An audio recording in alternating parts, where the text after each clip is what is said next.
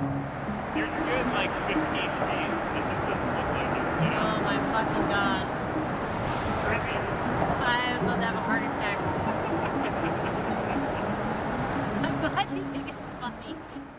Michael, as he's finishing up laughing at my terror as we go under the bridge. Oh, it's just because I love you. How'd that feel? Good. We're officially in Jacksonville now.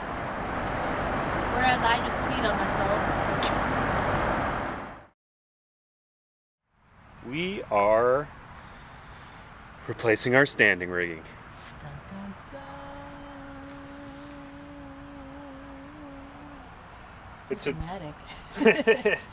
This is exciting for a lot of reasons. When we surveyed the boat, the rig looked okay, but it was of indeterminate age, and it only lasts 10 to 15 years at best. I mean, that's under perfect conditions, which I know this boat hasn't seen, so it's going to be good. It's a peace of mind, quality of life improvement. So we're going to start with the staysail. They don't make the same type of fittings anymore for our Harkin roller furlings, so Seco South, who cut the rig for us and swaged together the rest of the fittings, sent along a couple of Sta-Lok fittings that will measure the length out and will put the Sta-Lok fitting in at the appropriate spot. Thankfully, it doesn't have to be precise because it is a threaded fitting. We can tighten on the stay. But yeah, this is good. This staysail stay has been abused.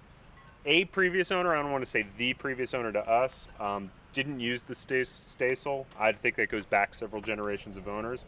And when they put together when they took it down, they didn't take the foils off. They just took enough tension out of the system to fold it over, and therefore the line had been kinked, and we never flew the staysail because I wasn't very confident in how the stay had been treated.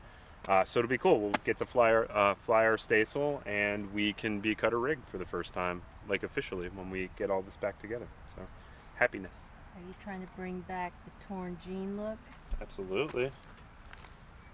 And Pinnacle of style. yeah, these really top it off. Anyway, what we're really doing is fixing a small error. The way that the furling system works, without using the old swage fitting that we're replacing with the Sta-Lok here, just for the staysail only, we're going to be using a swage fitting on the headsail. There's concern that when these foils ride, that it could get jammed up in here and obviously back the Sta-Lok thread off. What we should have done before was add a washer, but we didn't. So what we've decided to do, since removing these Sta-Loks is possible, but still a pain in the butt, and then we would have to put in a new cone and clean all this old stuff up, what we decided instead was to get these stainless steel washers. We're cutting a slit into them, bending them around this stay itself, and we'll straighten these out, use some 4200, clamp them together, and then that'll give us a nice, pretty solid washer. It'll be enough to do the job of what we need it to do. Then we can keep the fitting on, and we don't have to take that off, which has been nicely coated with polysulfide, which we're going to have to add a little bit more polysulfide and clean up our old mess. But Then we get to potty. Party or potty or? Both. We have a few notes about our rigging. As DIY cruisers, we really were looking for an excellent opportunity to put together our standing rigging ourselves. So what we did was we contacted Seco South. They are in Florida, in Largo, and they worked with Island Packet to build our original rig. What was really great about that is they had all of the measurements on file from when our boat was manufactured, and they worked off of the general specifications that are required for the Island Packet 35. Overall, this was an incredible experience. Our backstays, cap shrouds, and lowers were all cut to the perfect length. The one concern that we had is that we don't have a swage compressing unit. We don't have the tools to be able to properly make a swage fitting. So any additional fittings that were required had to be done via Sta-Lok fitting, which is really a great means of making a mechanical connection for this type of rigging.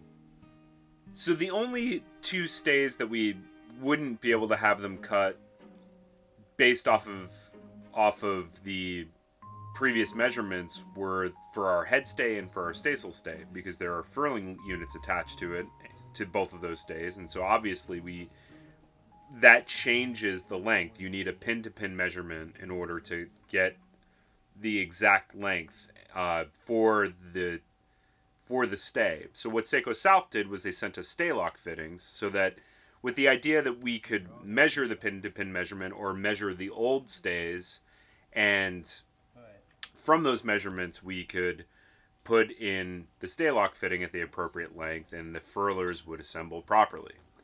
In theory, that would have been great. And really, it worked really well for our staysail. The fitting they sent was the appropriate size. It fit perfectly. We were able to put it in to the stay at the pin-to-pin length, and everything really worked great. We hit a few snags. The problem was with our headstay. Now, the furling system that we have, and it's an older Harken Cruiser's furling drum. I really don't even know what model it is. It is an older unit for sure. And the issue that we had with the Sta-Lok fittings was the standard 5/8 length Sta-Lok fitting was too short for us to be able to use the parts, which you'll see appropriately, where there's a locking ring that locks down on the fitting where it meets the furler. And to use the locking mechanism, we would also then only be able to put about 1/4 inch of turns on the Sta-Lok terminal. And that really is not safe, and we didn't think it was an acceptable solution. So we called Seco South. They were super accommodating, and I realized that Sta-Lok makes a longer 5/8 fitting. It has a longer stem, and we hoped that that would be the solution to our problem. Sadly, the length of the stem would interfere with how the foils would normally pass down over the stem, and also the top of the stem would interrupt with the proper operation of the foil clamp, which keeps the foils from moving and keeps everything in the furling system tightly in place. So really, our dreams of putting together a DIY rig all by ourselves was pretty much dashed at this point. So we contacted Kyle, who's the rigger with Holland Marine, and Kyle was great. He worked with us. He confirmed what my suspicions were, that the Sta-Lok fitting, the short one was way too short, and the long one was just too long. And, there was no happy medium. There was no intermediary fitting that would fit appropriately. So he does have the equipment, though, to swage on a proper fitting, which is what we ended up doing. We had him go up the mast after we raised the mast, and he took a pin-to-pin measurement because we ran into a couple of snags. First of all, the furling drums were completely tightened down, which they usually are made with some room for adjustment. You want to be able to adjust the height of the furler so you can add tension to the rig, based on where the pins hold the furling into the chain plate. And our previous installation had them completely tightened down, so if anything, we could only put slack into the system and not add tension to it, because they were completely compressed. So we decided to undo both of our furling drums so that there was room for adjustment. And so because of that, we also felt more confident in once we raised the mast, having Kyle go up with the tape, and we ran it, and we took a good pin-to-pin measurement, which we used then to properly cut the length on our swage now terminal end that we used on the headstay furling. This really turned out to be the perfect storm of having the right idea but the wrong equipment. And then also, you know, if we had a different Harken furling system, or maybe a Pro Furl or a different furler, what Seco South sent us probably would have worked. They've had other owners do a similar job, or the same job technically, with different furling equipment, and had no problems whatsoever. So what we really learned from this, though, is that we were able to do an incredible amount of the rig on our own, but we also knew when we hit a wall of our knowledge, and that our safety and doing the job right was worth the little bit of extra money that we spent by hiring Kyle to help us out, which in the long run was not a significant amount of money. Probably mostly because we did do so much of the work ourselves, but also because, you know, riggers are actually far more reasonable than I think I thought. You know, if we hired a rigger to cut, measure, and redo the entire rig, you know, that takes some time, and it would have been significantly more expensive.